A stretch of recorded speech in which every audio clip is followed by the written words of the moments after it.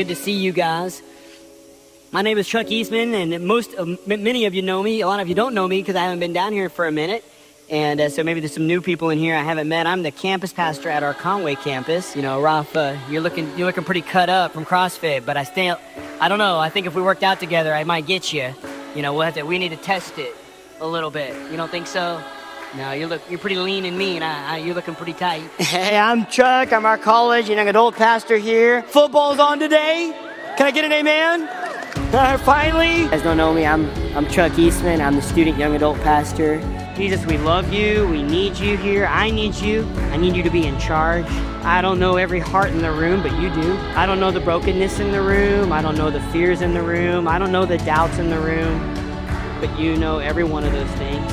See, when you don't locate your identity where it should be, there's no such thing as real confidence. It may look like confidence, but it's really just about you, promoting you. If your identity is not located where God intended it to be. John knows that. John has a right to those titles. John has a right to say that he's an amazing teacher and an amazing prophet and comes in the spirit and the power of Elijah. But he knows the nature of the question. Who are you? And what do you say about yourself? And he knows that question goes much deeper than any title he has a right to. And the same is true for us. We have a right to a lot of titles. There's a lot of things that we could put labels over our life and we can say, yeah, that's us, that's me. That's what I do. That's who I am. That's my personality. That's my experiences. That's my knowledge. That's my education. That's me. And you have a right to a lot of those titles. But the question of who you are and what you say about yourself is much deeper than all of that. Those things are not the sum total of who you are. And John understands that, and he answers in a really counterintuitive way. He quotes Isaiah 40, verse 3. He says, I am the voice of one crying out in the wilderness. Make straight the way of the Lord. I'm a voice. He could say I'm a prophet. He could say I come in the spirit and power of Elijah. He could say I'm an amazing Bible teacher and a healer. Can't you tell? Lots of people are listening to my teaching. I lay hands on people and they get healed. People want to get baptized after I call them to repentance. But he chooses the most anonymous identification for who he is. I'm a voice. And what's he saying? He says, I'm a mouthpiece for God. That's all I am. I'm anonymous. I don't have a name. I don't have my own ideas. I am a mouthpiece for God. And what comes out of my mouth is one message, and it's don't look at me, look at the one who's coming. I had a conversation with Chuck. Chuck's one of the pastors here. He's also a good friend of mine, or the first people to befriend me from the church. And he comes up to me, and we became friends. He loves working out too. I like to call him, he's a meathead. He's also a meathead. So we had a good conversation. Company, yeah. It's meathead it's endearing. It's not like it's your mentality. We had a nice conversation at the church. I thought we would do a mobility session because I'm terrible in mobility. Chuck says he's also terrible, but I think I'm worse. He said he's worse. We'll find out. And then we got Justin, who's the mobility guy. Well, yeah. I mean, I tried to think about this actually and put a little bit of effort into it. So it's like, I'm not going to have you guys do any crazy lizard moves or anything like nuts. Maybe one or two, just to challenge you a little bit. But so we're going to follow you. Yeah. And mine's, I don't know. It's not the size of the stick. It's how you move with it. So that's my one. All right. What are we doing with first? So I'm going to take you guys through real basics. Just start up top. So we're standing. Let's address the shoulders first, and then some rotation. Okay. So we're going to start with some dislocates. Bring it from your stomach to lower back and try to elevate your shoulders. Give me about 5 of those real slow. And I'm just going to kind of watch you guys bend your knees a little soft knee, kind of squeeze your glutes. So you want to kind of create tension as you're pulling outward and trying to get that stable. And if you have a hard time too keeping your elbows extended, just grab a little further out. I wanted to include you in this, Chuck, because, I reach out to you. Yeah. whenever I have challenges and struggles. And I'm doing this series, and the idea is to like to do this, the thing that I do, which is fitness, right? Hmm. To do that for His glory, for God. Yeah. Like, what does that mean? Like, what does it mean to do? How do you explain that to somebody when you're doing things, you're living life, you're working, Yeah. you're helping someone, making money, you're working out? Like, what does it mean to do it for His glory?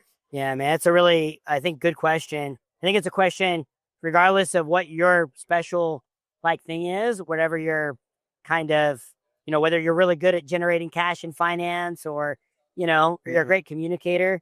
I think that question of like, how do you do this for God's glory and not for your own kind of self promotion? I think a lot of it goes back to why God made you in the first place. There's a thing called the Shorter Catechism. Presbyterians have it, and it's got a question at the beginning. It says, what is the chief purpose of man? What's the chief end of man? And the answer to that question is to glorify God and enjoy Him forever. And I think if you want to get to the answer of your question, you kind of have to drill down. You have to go, why do I exist? Like, why do I breathe air? And I think if you can look at the Bible, the reason you and I breathe air is because God wanted to put His glory on display. Okay. Right? He wanted to made us in His image. So He gave you what, an Italian nose, and gave me an Irish blue eyes, because He wanted to reflect His glory. I see. So for somebody listening who maybe doesn't understand scripture or fully understand that, does that just mean because God wants all this credit? Or is it like, what does that look like in practice? In other words, what are the fruit of doing things for His glory? Like if I'm working to make money, for me, I think I know what that looks like. Right. But let's say I'm working to make money to bring God glory. What would that look like on the other end? Well, it's a great question, because if you haven't read your Bible or been around church, the idea of glory can be like, what does that mean? Right. The Bible's definition of it actually is like, it simply means the weight of God. Like, it's His heaviness, His heavy worth. And so when we talk about God's glory, we're talking about His beauty, His majesty, just the big weight of His, like, who He is. Like, He's the most beautiful thing that exists in the universe. Okay. So you go, okay, like, if I'm making money for God's glory, I think the question is, how do I generate money so that God's worth is put on display in my life? Does that make sense? Yeah. Like, how do I do things in a way that that does like a mirror reflection on His worth? Okay, so so the way I understood it before, and this actually is giving me a little bit even more clarity, is like, let's say you have a talent, and if it brings more people to God, or it helps people in a true way, then you're doing things for His glory. Yeah. Well, or maybe I think of it like this: like, have you ever been out in nature with your wife and maybe saw the ocean or saw a sunrise, and it actually made you feel emotional? Yeah, of course. Yeah, because it pointed to a bigger beauty. Okay. Right? Or maybe you saw your kids do something like incredibly loving, hug each other, and it kind of made you feel emotional. Like, they reflected back at a bigger worth. Okay. And so I would be like, man, how do you do the thing you're good at doing so that when people look at it, they have like the kind of reaction they have when they look at good artwork? Hey guys, the response to this series has been so encouraging. It's been a very challenging but rewarding one. A lot of people behind the scenes. I got Dylan holding the camera here. We have people editing. We have a lot of people here that work at Mind Pump. There are sponsors that make this happen. They pay us so we can make these things happen and pay our employees. And one of them is Bioptimizers. We've been with them for a long time. They make Masszymes. These are digestive enzymes. They're really good for people who eat a high protein diet in particular to help break down your food and get that food to your muscles, improve your digestion. There's a couple others that are also sponsoring the series. I'll walk over here and show you. By the way, of course, we only work with companies we actually would use. There's dose, which is really fascinating. This one is to lower cholesterol. They have one that's also good for liver support. So I've been using this on a daily basis for health. And then ketone IQ. This will instantly raise the ketone levels in your blood for sharpness, cognitive function. Using this before hard workouts has been pretty awesome. I like them. So again, I'd appreciate the support. It allows us to continue doing this, and it helps pay for people's salaries like Dylan behind the camera. You might have asked you a question while we do this. Yeah, bring it. You talked from shit. Yeah. What made you decide to become a pastor? You told me this story before, but I like it. Oh, I'd love to hear it. yeah, it was had a long journey, man. But my dad's a pastor, and my grandpa was a missionary right after World War II in Japan. So I'm a third generation pastor. But I didn't really want to do that. And so I basically coming through high school, I was like, I wouldn't be a Marine, man. I wouldn't pick up a gun. Jump on helicopters and stuff. And, anyway, man, I pretty much, I got telling me in church one time that he thought I was going to be a pastor with my dad, and I swore at him in church. Oh, well, and made me so mad. But anyway, so I was like, no, man, I don't have to be a pastor. I just want to be a good Christian dude who jumps out of helicopters and, shoots machine guns and stuff like that. And, I senior year, it's kind of a wild story, but my senior year in high school, I weighed 115 pounds, working out hard and trying to get ready for a physical. And, I sprained my knee ripped it bad in a no contact drill basketball. Just Blew up. And the day before I was supposed to go to the physical. And so went to see a doctor. They're like, you sprained it.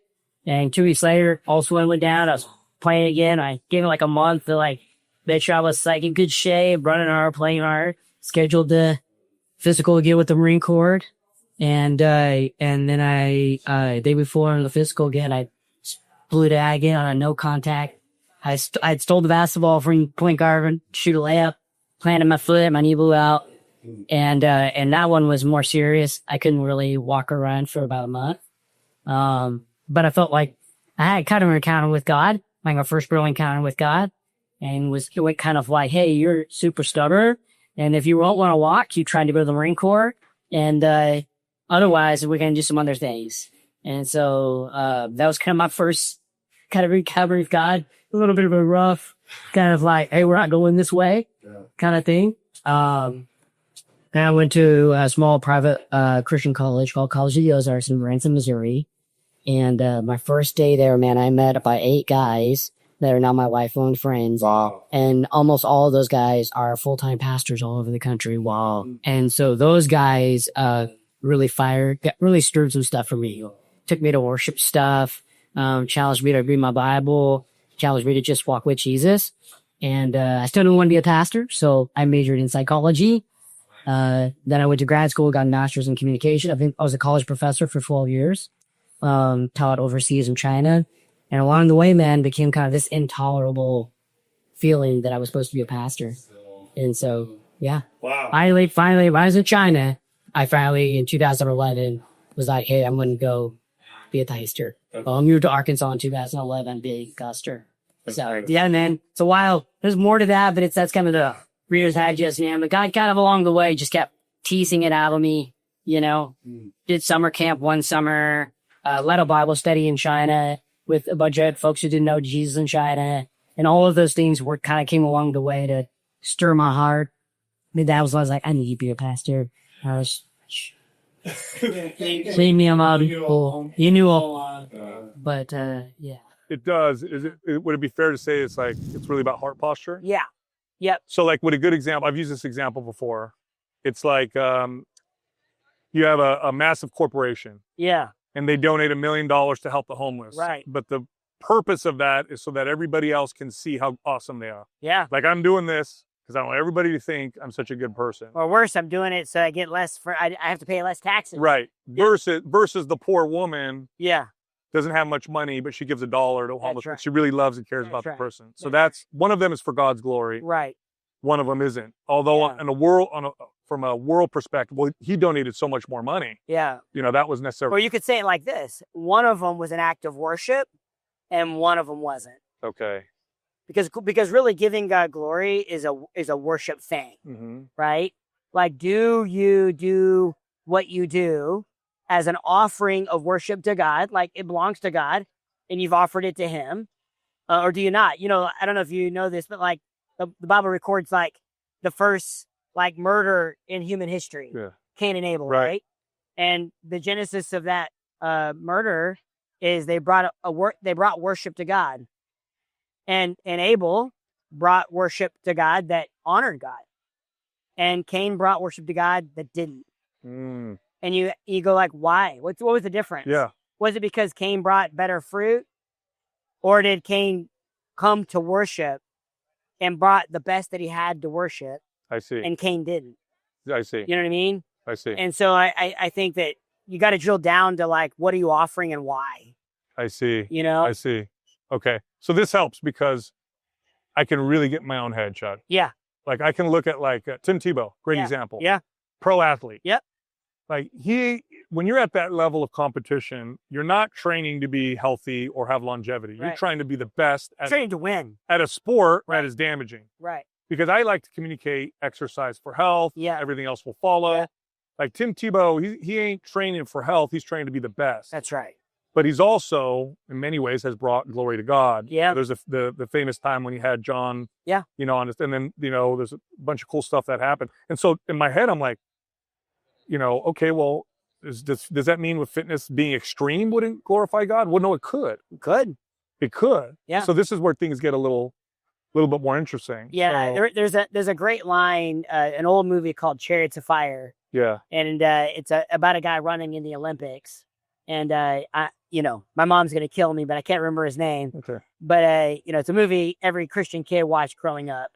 But he was asked, like, why do you run? He's one of the fastest guys in human history at the time. Mm-hmm. And he goes, why do you train? Why do you run? And he goes, because God made me to run. So it goes back to why he was made. Yeah. God made me to run. And when I do it, I feel his pleasure. Wow. In other words, he was tapping into, why am I designed? And when I do what I'm designed to do at the highest level, again, it's not for me. I'm doing it because I'm offering what I'm designed to do to God. Mm. Right? Mm. So like for me, you're an athlete. I mean, you just are. Mm. And you're dialed in how to train. I'm a communicator. Mm-hmm. And so I want to lean into that. I've taught communication. I like to preach. I want to do that at the highest level because I think God made me to do it. I see. Like he designed me to do it. I see. So I want to do it at the highest level I can do it at. Yeah. Okay. This is helping a lot. Sal, do you think mobility would protect you from your worst sports injury? I think having a right park posture would have done that. Okay. Yeah. Explain it. Well, I just I work out for my own glory, to feel more capable, to look jacked. It's all wrong reasons. So just that, You think getting injured is always at the edge of like pride? it is, but luckily I haven't a lot of injuries. But I've definitely done things that were not healthy, for sure. So abused steroids and supplements and, damaged relationships and stuff like that. If I was an athlete, it'd probably be more injuries. But yeah, it was just the wrong driver for sure.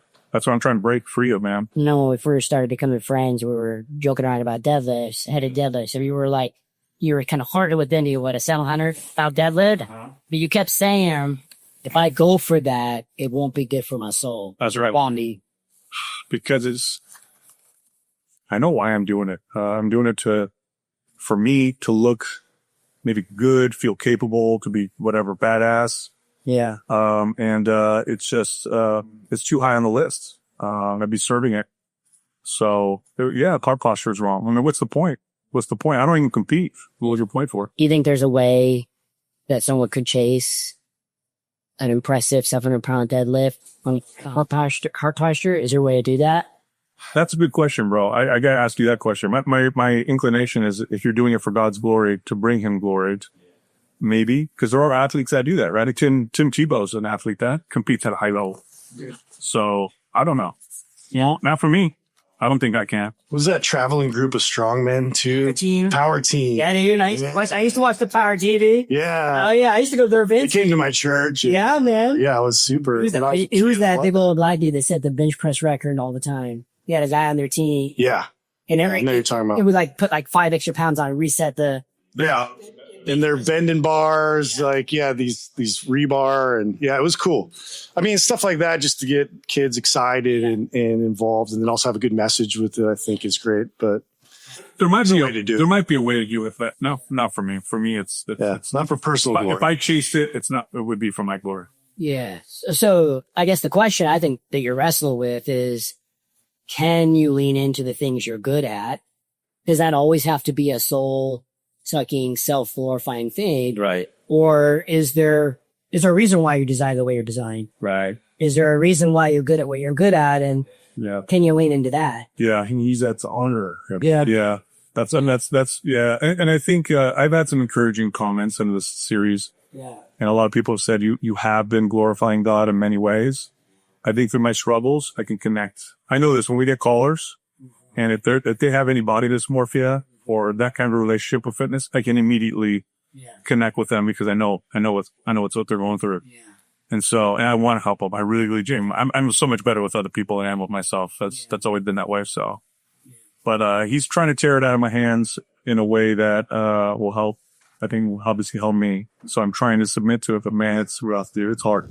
One thing I like about you, Chuck, is you are one of the most real, easy to connect to.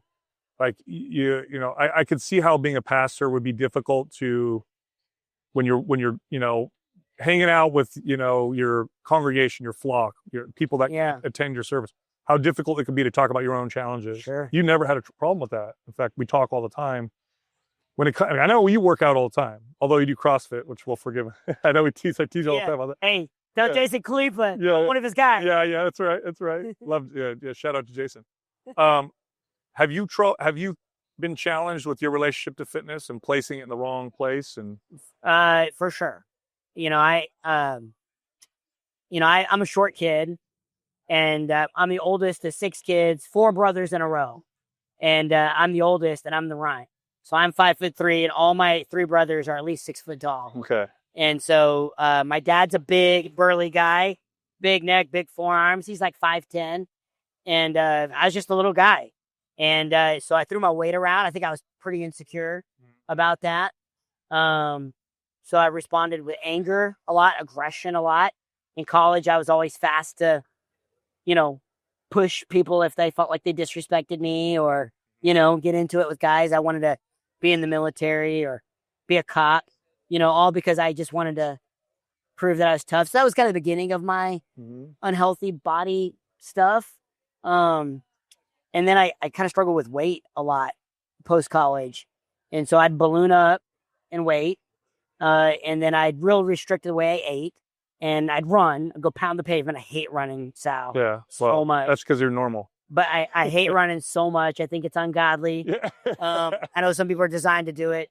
It's not me. Yeah. But what I'd do is I'd balloon up in weight, balloon. And then I'd restrict my eating and run, and I'd lose it. So I've lost 30 pounds twice. I see. Just that way. And then 2015, I started doing CrossFit. And actually, CrossFit was really good for my body image. It was a community, tall people. They do that so well. Tall people, CrossFit does short that well. people. Yeah. You know what I mean? And so many different movements. Nobody was an expert. Right. So everybody was like working on something, Mm-hmm. And it really changed the way I saw myself and saw women. And it helped me as I walked with God. It was helping me understand, just get better, be healthy, So I stopped worrying about the weight. I actually don't have a scale anymore. Okay. I used to obsess over the scale. And so I haven't seen my body weight. Good for you. I see it once a year when I go to the doctor. Yeah. So. Good for you. Yeah. Good for you, man. No, I appreciate your honesty with that. Yeah. Yeah. So, for me, growing up, it was insecurity, felt skinny. Now, it makes me feel capable. Yeah. Like I can do, I very much, Chuck, I just became a Christian not that long ago. I lived by the mantra, I can do anything I put my mind to. Yeah. I can meet any challenge. Yeah. Nothing will stop. Yeah. and it makes me feel secure. I think the challenge for me is to, when I feel like I'm not capable, Yeah. and to give that to God. And so working out and building muscle and taking peptides and pushing hormones and stuff. Do you remember when, I'm curious. Yeah. Do you remember the day when you felt, you were like, oh, I don't have to be weak anymore?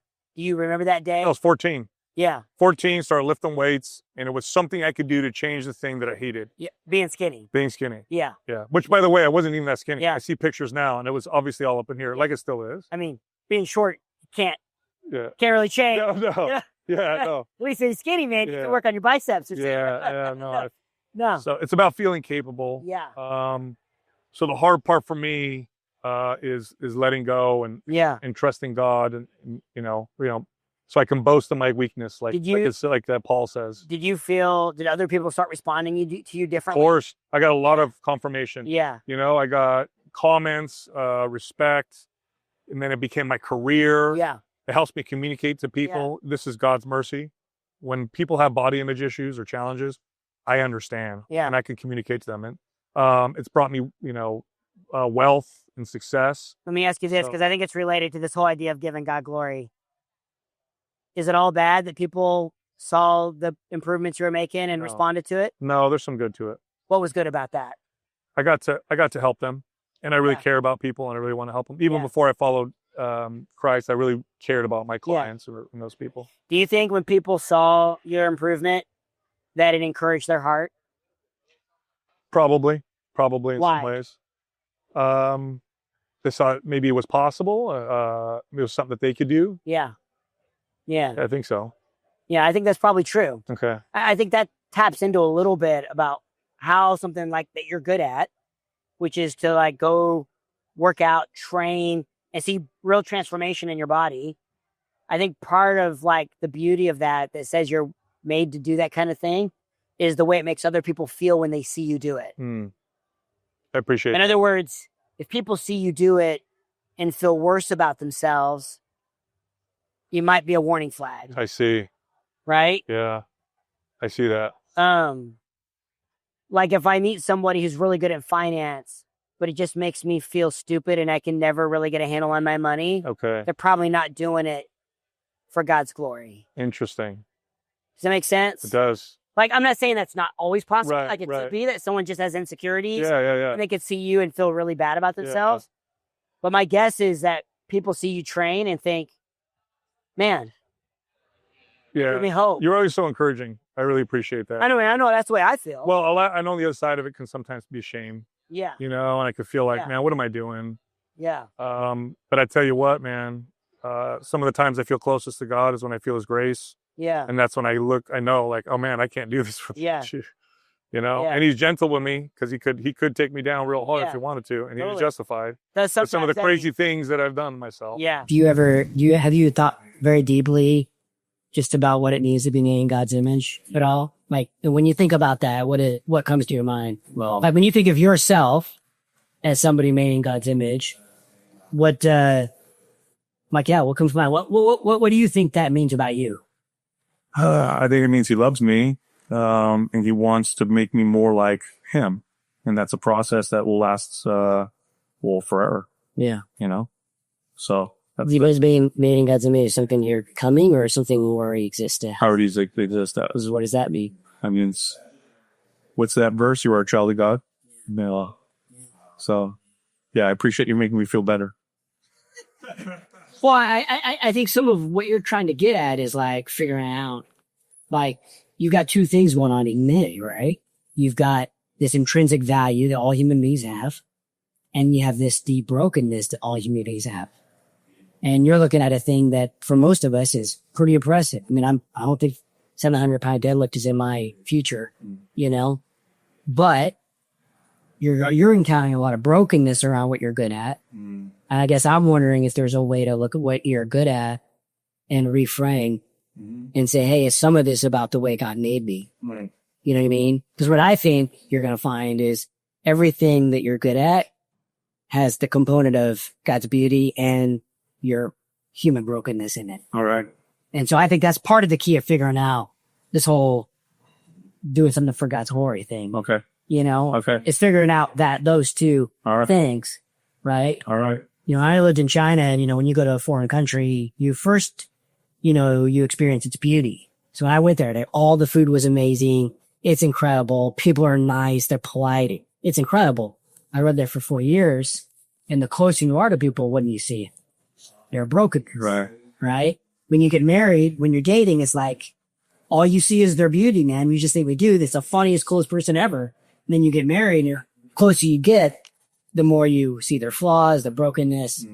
And so I think the key to this whole living for God's glory thing is navigating those two things, you know, and drilling down on what's it mean to be made by God in a way that reflects God, you know, because it wouldn't be cool if you took something God made you to do well and you said, well, I'm not going to do that because all I see is the brokenness. Oh, I see. You know what I mean? If that makes any sense. It does. 100%. 100%. Yeah. No, I appreciate that. Yeah. You're a good shepherd, Chuck. Appreciate that. Well, appreciate it, man. Thank you. There's a lot of parallels between fitness and the sanctification process. You know, it's like there's discipline, there's pain, challenge. Yeah. There's you fall, you stumble, you got to give yourself grace, otherwise fitness is you're not gonna be able to do it. Totally. And then you get small wins and it carries you a bit. Okay. So we'll do thread the needle next. Yeah. Another good one. I'm trying to make you guys feel good at the end of the day with this. Okay. So, and I do this supinated with my hands. So I'm going to bring it across and keep it close to my front stabilizing hand. Now the key with this for me is I'm going to get in position, but now I want to pull away and twist and create tension. So I want to press this arm into the ground and then kind of pull and twist away. And that intensifies it quite a bit. Get some of that thoracic rotation. So I remember you came rope our church that. Oh, We really emphasize grace. Uh-huh. And that was, in a lot of ways, being a good shepherd to our team. Oh, thank you. You know, because a lot of pastors are struggling with their fitness and not realizing that they needed the same grace he offered to others for our fitness, you know? Yeah, the fitness industry has done a lot of disservice to people. Yeah. Position fitness is this body obsession, and you got to be a beast mode and totally, and you lag. The reason why you fail is because you're lazy or whatever. There's so much shame in our industry. Shame. Yeah. Throw shame on everybody and hope that you hate yourself enough. You changes them. You hate yourself enough that you're shame. It's got to be based on grace, because you're going to do this forever, and you're going to stumble the whole time. But you know that, you can get the same thing in the Christian. Yeah. You can get whole movements that try to get life change out of people based on shaming. Right? Yeah. We've all been in places where you heard that, where we see influencers that get up and rail, it's kind of a human thing, right? You try to go, I'm going to make you feel as bad as I can. It's like hopefully that'll make you, that's right. Exactly. Wow. When the whole message of Christianity, the core message is race. That's what he gives you. Yeah, it takes you away from them.